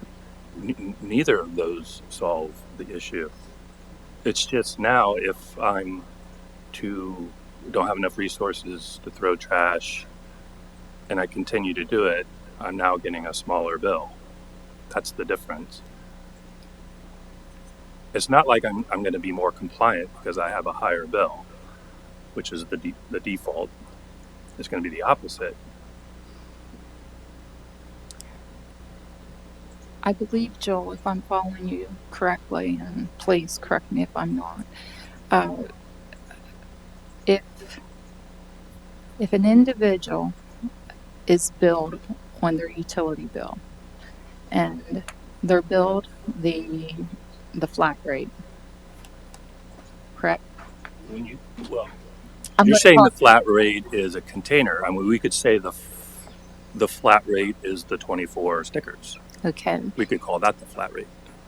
If that's the default, though, and everyone's billed the 24 stickers, there's no incentive after someone exhausts the 24 stickers to procure more stickers. And then I believe we would experience the same problems. By having the flat rate or the default being the higher rate, everyone, and it's on everyone's bill, and how we apply payments to the utility bills, everyone's going to get billed accordingly, and an individual who elects not to pay, essentially their water would be terminated if they go into arrears because of how we would structure the utility bill payments and how we apply those. Right now, we apply the first one to get, if you pay a bill, the first one that we apply credit to is storm water, and then sewer, and then water. We would apply your initial payment to the. So I understand. It doesn't really address. Either way, we can have a system where people are being charged up front. The question remains is we could do it two ways. We could do it the higher rate, which allows more waste, or we could do it with the default is 24 bags. You pick it up all at once. And I guess, if you're realizing that like I'm using more waste than I thought, you could upgrade to a higher rate in the middle of the year. It's just, I, I don't think it helps anybody to have somebody who is struggling to pay for waste for the default to be the more expensive option. I would say that a bidder wants to have certainty, and if we establish that the default is pay as you throw, they're going to price it that it's 6,600 dwelling units times 12. Times 24, and that's what I'm basing that bid price on. Well, unless you gave them a threshold and say we will guarantee 20% will have the unlimited. I mean, I realize what you're like. My previous assumptions stand as is, and I, right. I see what you're saying. They're going to say, well, I have to assume that nobody, but that's probably. I don't think we need to let them make that assumption. We can say, I think you can assume a certain level of unlimited in the proposal. No, I think so we're not going to be able to tell them to assume that because they're going to make a business decision. It's not what we say to them about assumptions that they can make unless we have some sort of guarantee built into Well, they're the already spec. making the assumption because they have to make some assumption about how many people are going to opt out. so Right? They're going to have to make assumptions about how many. If they could do this, they want to be able to make assumptions on how many are going to be in each of those two options, right? I agree. That's my point. But they're not going to be able to, and we have well, maybe let me think this. We know they have some data, right? They have the current data. They know how many bags are going out now. So how is that any different on average per household? Trying to think how that plays out. Like if there's a 3-bag household now, that's going to be in the 3-container option. That's no difference to that hauler, right? They know that there are going to be 3 bags there. It's going to be either 3 bags or 3 toters or whatever it's going to be. But if we are, so that they still know, they have some sense of how many containers they're picking up, regardless, right? Am I misreading this? Because we know what they'll know what our history is, and we can provide that. What they're wondering, I suppose, is, I'm kind of thinking out loud, is if we have this other 3-container option, are people going to be generating more trash at the curb? Right. That's what we're dealing with. So I have actually, I don't know if it's a question or if it's just a comment. It could be a question or both. I don't know. There are some rentals, who don't pay their water bill. Their landlord pays their water bill for them. So if it's a flat fee for, if we're talking about doing a free fee, excuse me, um, I guess I don't know if it's a question for you to answer, and I don't even know if it's a question. It is. But what happens? I mean, because then the landlord is either going to say, okay, well, you're now going to have to pay your water bill because this is now an extra expense for us, or I don't know. Do you understand what I'm Yeah. saying? Depends on the lease that they have and how well the lease was drafted, and how specific they were about what utilities they cover.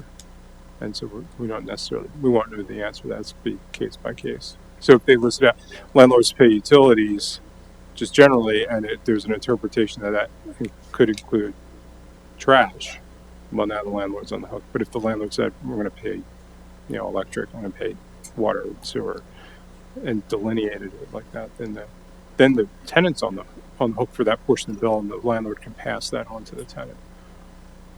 I think for most units that have most multifamily housing have more than 4 units, this is this is Well, this doesn't matter. This doesn't even matter to them. address that. We're talking They about have to get their individual own. rental. So Right. this Yeah. would okay. Just want to make sure. No, I wasn't talking. Okay, so smaller yeah. smaller units. Yeah, because there are some like just rental where all utility or water and sewer is paid.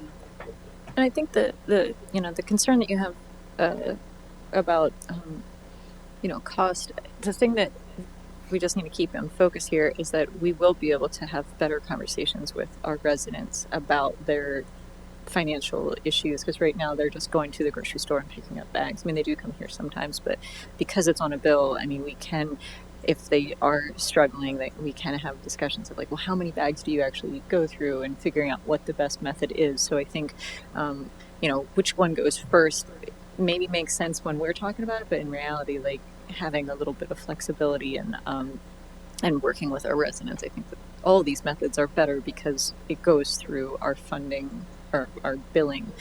So, I mean, I think that we're going to keep having these conversations as the bids come in and figuring out how everything really lines up. And I don't know, we're going to get all of it tonight, but I mean, I'm okay with these different options, and fingers crossed we get some bids on, and then then we'll have to have this conversation again to figure out what is actually what we want to go with, I suppose. Right, and we're good with. I think we're all good with these options with the one revision.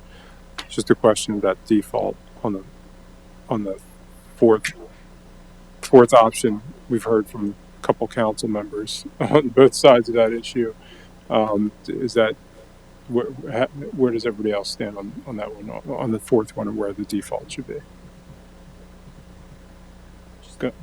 So I just have one question. I think maybe this is what you're getting at, Mark. So your point was, if I'm correct, if we were to in that fourth option, if we were to default to the bags because of the uncertainty, that's just likely going to increase the bag price in that option. Is that correct? Is that like because then if the default is the bags, it's likely going to mean the bags cost more. Whereas if the default is the flat fee per customer provided container, the bag might be cheaper because it's kind of a fallback option for somebody to opt into. Is that accurate to say? Yeah, that's my hypothesis. We'll see if it's. And if that turns out to be true, then that is actually more beneficial, because then you're getting people to potentially, well, yes and no, depends. We don't, and these are like, this is what I said earlier on. We're going to have to make some assumptions, and we're not going to know until it all plays out, and that's what makes these conversations go on as long as they do. Joel, stop staring at the ceiling. don't think anymore. I think if we all were working from the same data set, the providers, us, could be an optimal solution. I just your hypothesis is reasonable. I don't agree with it, but it's very reasonable, and I don't know if there's any way we could ever get a better sense of what effect having the default be the bags would have on that option based on the assumptions that the provider would make. I mean, maybe there's no way to get around that, but I do understand your point. So, yeah. And over time, under the contract, we're going to see, where people which way people gravitate. And yeah, I mean and maybe this helps inform us on what our next we're hopefully learning with each contract, and if we do go in-house or whatever happens with the next contract, it helps inform those decisions. And it seems like where we can mine more data, we should be doing that too. I mean, especially if we're going in-house. Councilor Grant? Question. Do we have to figure out the default before the bids go out? Because I think there was a good point raised. If it inflates the pricing, that's probably not the best. Can we just wait to see what the bid comes back? And if I'm just going to throw out numbers, I would agree with Councilor Hicks. If the flat fee is $500 and let's just say that the bags are $150, I would hate to have someone who can't afford the $150 now say, well, now your bill's 500. We're going to shut off your water because you can't hit that metric. I don't even know if they could hit the 120, but that's my fear of. Are you really helping people if your first option, your default is 3-4 times higher than the other option? Right. So we don't need to put a default in there. I mean, that'll be the bidders can make the assumptions that they the want. bidder's going to make an assumption. Can we ask them to put their Can we ask them? No, I think that's reasonable. I mean, Yeah. I think it's reasonable to ask them. You're going to provide a hybrid service. Include in your proposal your assumption of what you think the distribution would be. Well, they will in effect in the pricing that they provide. Well, it'll be yes, but I think I think in terms of like showing your work, which I've been on a lot of acquisition boards. I mean, you need to show your work, and I don't think it's unreasonable to say your pricing needs to conform with some assumptions you're making on a hybrid system. I think that's a reasonable request. Not holding with making it clear we're not holding it to you, but to understand your pricing, we would like to know your assumptions. Well, I mean, I think you certainly can ask the contractor once they provide pricing what their rationale was. I don't know what they're in competition. Okay, so I don't know, and anything they submit in a bid is open. So I don't know. Well, they can underbid on both Well, accounts, so it doesn't keep them from underbidding. Here's what happened the last time. We guaranteed that we're going to pay you for pay-as-you-throw for so many bags. And the pricing that came back was higher for the guarantee than for when there wasn't a guarantee. So, I don't know if it's really gonna. I don't know what we'll learn. And, That suggests irrational bidding. Yes. That last one. Yeah. And remember too that we're going to have we're sort of focused in on one option when we're talking about cost to our residents. We're going to have other options. We're going to have to balance. We're going to have a lot to balance when these bids come in. And going back to that, those number of factors that we need to be thinking about. And I suppose the worst case scenario is next 2-3 years. 3 years, we're pay as you throw again, right? Depending on how this comes in. Which at least we can always say there's stability in our right in our program. So, is there anything else? Okay. So with the modification on number 4, is there where are we? Councilor Perry, this is your committee. I'm trying to remember which committee we're on. It's been a while. And thank you everybody for staying awake.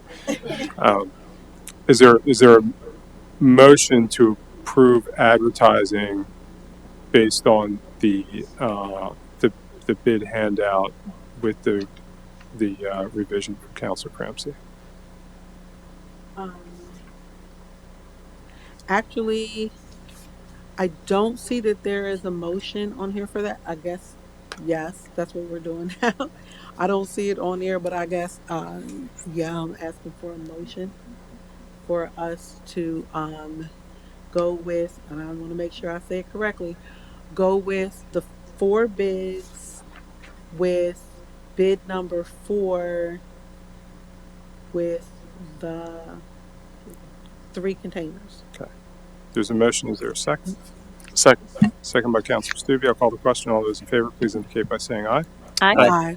Those opposed? Nay. There was Councilor Mellon in opposition. The motion passes. Okay. Okay. I told my wife we were going to be about 2 hours. So we're just about there. And then for B, we have the North Bedford and Penn Street intersection improvement status, and that's a staff update as well. Yeah, this will be relatively quick. So the council included in the budget this year funds for improvements to the intersection of Kerr, West Penn, and North Bedford Street. Those are all one-way streets, and last year and 2 years ago we had discussions regarding traffic calming in that area. So the funds were provided for stormwater, but also for some traffic calming. And there's some statistics listed there as far as the road widths and the travel lanes and where folks are allowed to park. But essentially what we have is north of that intersection, it's one street of travel, one lane of travel, and then it converts over to 2 lanes of travel south of Penn, and the intersection is offset. So we've had issues in the past where folks parking south of the intersection have gotten clipped as folks speed up and go around. The proposal, if you want to go to the next page, is to do some modification to the intersection where the roadway is narrowed and channelized to provide for a more clear path of travel. And the red there is just a very gross depiction of extensions of the curb over where the curb is now that would provide for that channelization so that within the red area would be some type of stormwater feature. So it provides for a number of items. One is to channel the traffic, narrow the road surface to slow traffic, also channel it so that we eliminate that potential for clipping the first couple of vehicles that are parked there, and also to narrow the street so that pedestrians have a shorter distance to travel within a traveling lane. We're also reducing the amount of pavement so that stormwater is somewhat reduced. The proposal is to take this and contract with an engineering firm to come up with a better conceptual schematic, and then go out and do public outreach to the neighborhood and garner input from the neighbors on whether or not this is something that they feel is worthwhile. We have spoken to the engineers that were involved in the road diet, and they're interested in doing this. So if council seems that this is an appropriate thing, then we could present to you at an upcoming meeting a proposal for a contract for an engineering firm to do the schematics and eventually the design.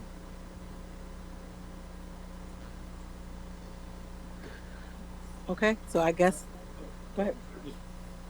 Just does this idea forestall or forego any other, like we had a discussion on whether to eliminate the 2 lanes, at least for the time being. We spent you spent a lot. Would this design sort of limit our options if we wanted to reinvestigate the 2 lane in terms of making it a bike lane or something? Would this still be compatible with every sort of like useful option we would maybe pursue in the future? The only option it would preclude would be converting Bedford to 2-way. So the road would be narrowed to 1 travel lane only. It would not eliminate the potential for a bike lane. You could have the bike lane going, essentially cutting the curb.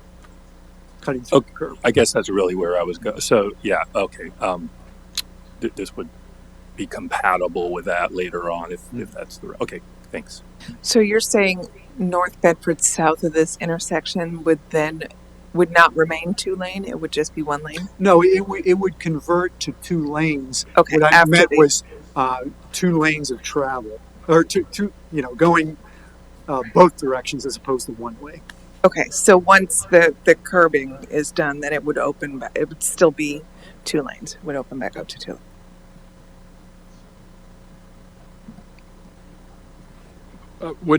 Would it even just to that point? Would it even be feasible to do 2 lanes of travel on that road, at least north of this intersection? Because I mean, it's currently just mostly 1 lane on North Bedford Street, north of this intersection now. Correct? That's correct. It would if you went to a 2-lane road, a 2-lane being 2 separate directions of travel, you would have to eliminate 1 lane of on-street parking. Any other questions, comments? You don't need anything on this tonight. Just an update. It sounds good. Proceed. Sounds good. Proceed. Nods. Sounds good. Proceed. Okay, and then the last one, I'd like to make a motion for Borough Council to approve of the annual service contract and license with Census for operation and maintenance of the Census FlexNet communication network used by the borough for remote collection and analysis of water meter data for the period of May 1, 2022 through April 30th, 2023 in the amount of $35,371.07. There is a motion to approve the annual service contract and license with Census. Is there a second? Second. Second by Councilor Stubbe. I'll call the question. All those in favor, please indicate by saying aye.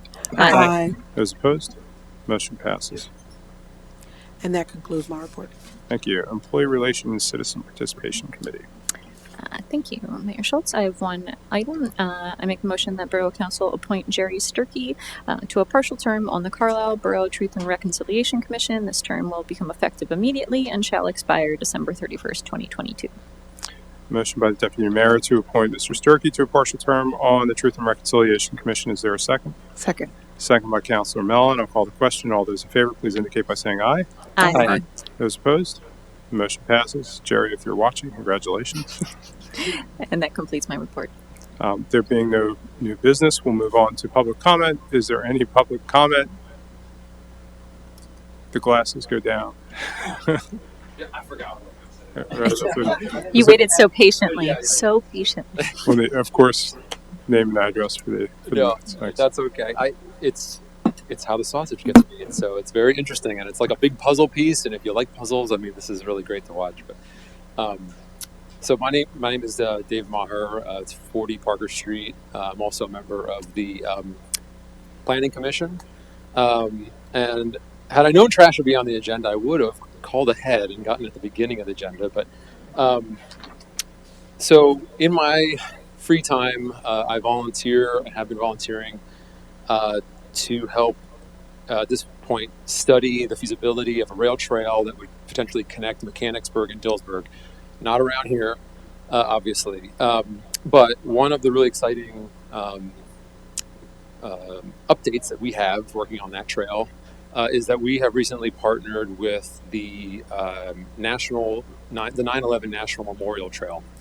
If you're and anybody's familiar, I know Mayor Schultz has heard my spiel before, but the 9/11 Trail is a national trail that looks at linking existing, proposed, and potential trails to connect the sites of 9/11. So DC and the Pentagon, the Flight 93 Memorial, Ground Zero, New York City, and I do have some handouts and maps that I will hand out. Hopefully this is okay. I brought it first over here. And I apologize if Mechanicsburg is located on this map, because I hastily printed that map out this evening. Staples, but I have created these things for Borough Council.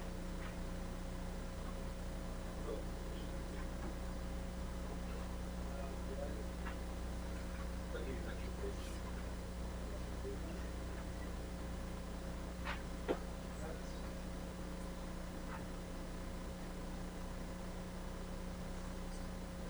Oops, I gave you the pages too. I'm still getting credit.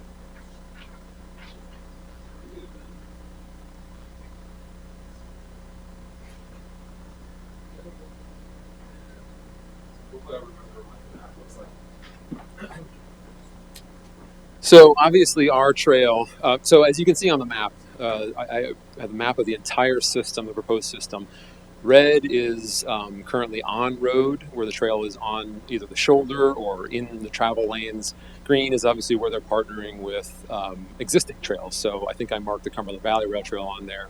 The green between Washington and Pittsburgh is the combination of the CNO Canal Trail and the Great Allegheny Passage.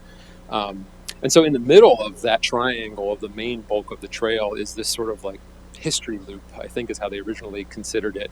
And it connects Gettysburg and York and Harrisburg, and Chambersburg and Carlisle.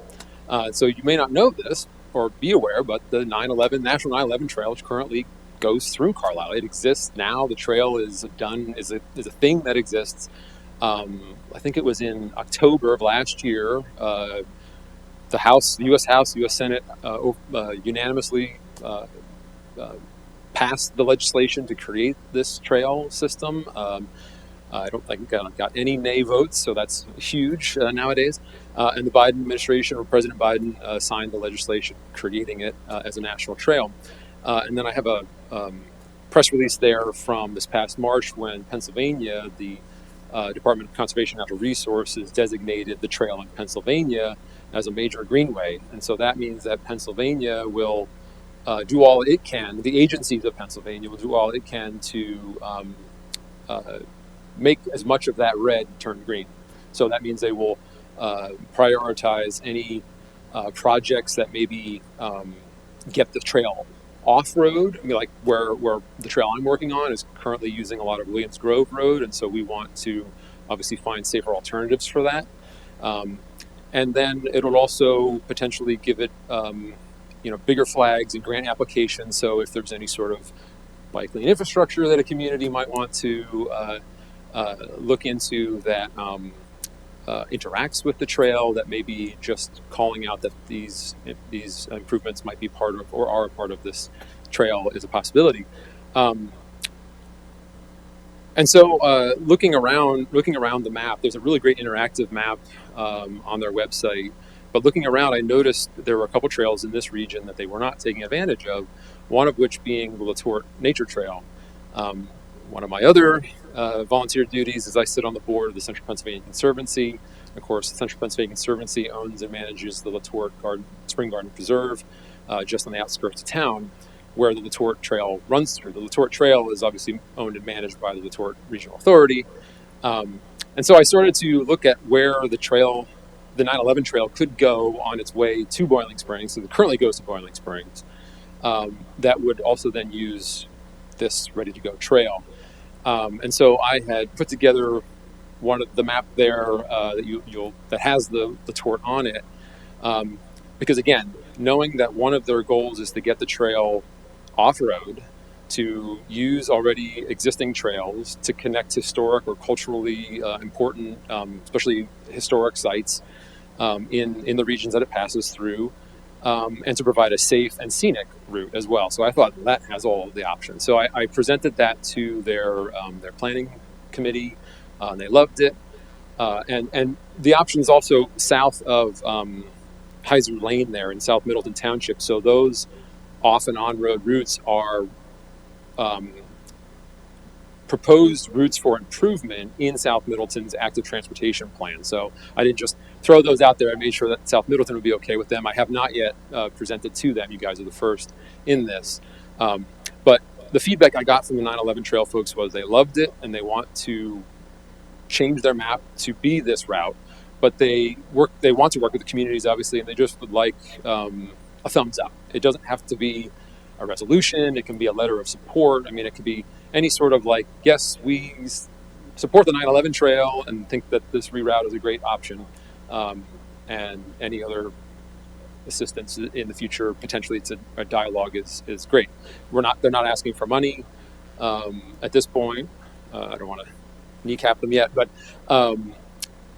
that's the only reason I'm here. And so you'll see on the map too, I had to figure out coming down Bedford Street. It didn't dawn on me until after I created the maps. I had to re-edit them. That Bedford and East Street currently have that, the one-way situation going on, and I know that there are the current proposed options for either making it a two-way or one-way, adding bike lanes, all of that stuff. So just want to also fire that in there just to make you guys aware and staff aware too when thinking about projects like that that there's potentially this trail, not just a Carlisle bike route that would want to use it too.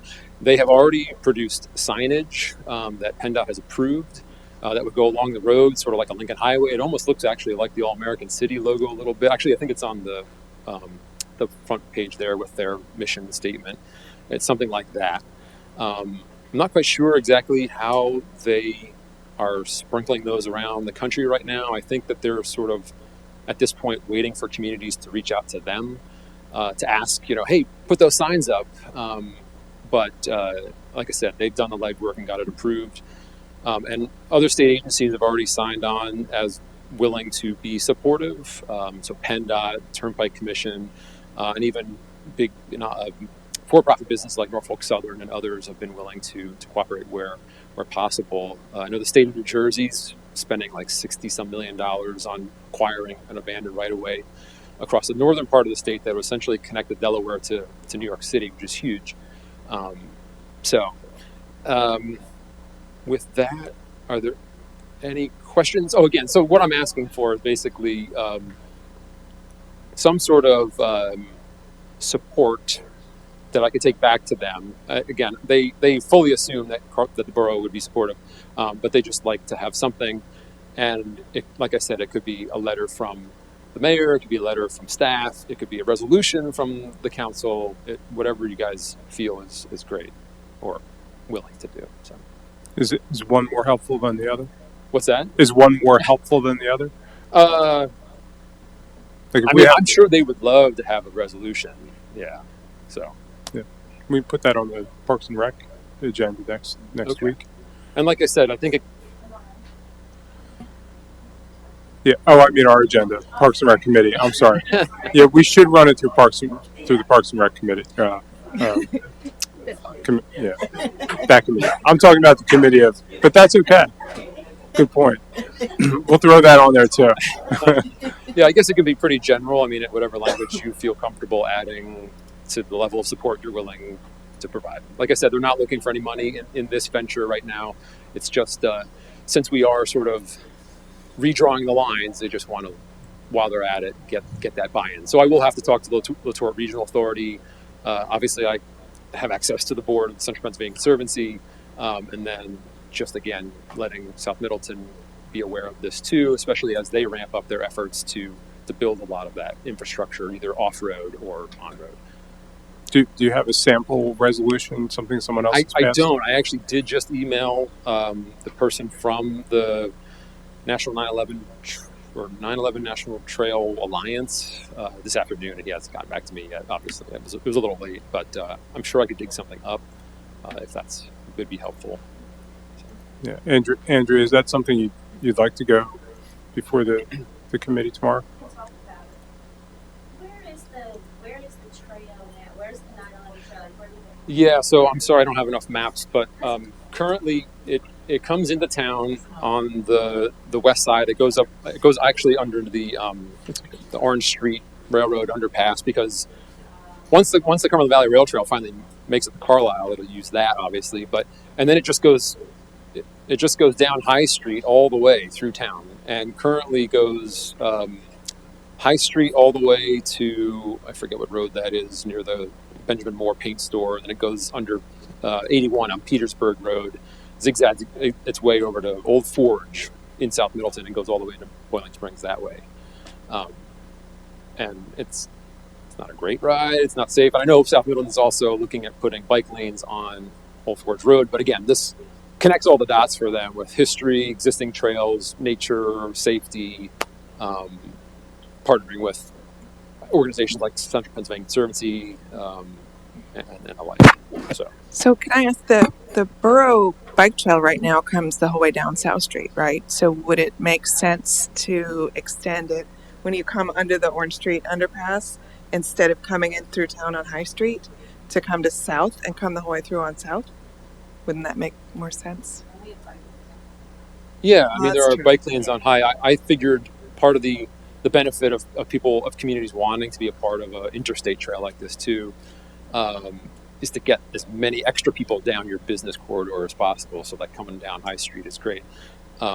It doesn't necessarily mean that there's going to be like hordes of people riding this trail. I think at least in the beginning, especially a huge long distance trail like this, it's going to be a lot of like AT sectional hikers. You know, people are going to want to do pieces of it and things like that. Maybe there are people today like the Harrisburg Bicycle Club that would easily ride that Central PA loop, no problem. I think there's actually like a Century ride. There's some friends from Chambersburg have done something similar to that. So, but it does then make Carlisle a definitely a trail community even before the Cumberland Valley Rail Trail gets here, and it connects you at an interstate trail, which is huge, and something that you can really advertise and celebrate. So, anything else? Okay. The third Thursdays of the month are LRA meetings. Yes, right. There's a lot of really smart, passionate people. Myself, I'm the exception. There are a lot smarter and more motivated people than me, but they cover a lot of stuff, and I'm really sure they would probably have some questions I can't think of that. Sure. Yeah, we probably want to square away. They have some like specific duties other than promote recreation, that just want to make sure that this wouldn't potentially interfere with their ultimate mission of water quality. Right. And they have permission to access people's property. So yeah, just want to make sure it's grooving with their overall mission and responsibilities. So I can, if you need it, I can help facilitate you getting up to the next meeting or something. Yeah, absolutely. Like I said, I was planning on talking to all of them before they make their map change or whatever. But it wouldn't require any redesign or restructuring of the trail. I mean, it literally would be the exact same trail. If they want to make the dirt path a little wider, that's up to them, to the LRA. But it doesn't change anything that would impact how they operate the trail today. Yeah, it's just basically it's part of this trail now. And then maybe if they would like at crossings or something to have this 9/11 trail put up somewhere, that's again up to them. Okay, so we'll get something on the agendas over the next week. Thanks, Dave. All right, thank you. Thank you. Okay, any other public comment? Seeing none, this meeting is adjourned.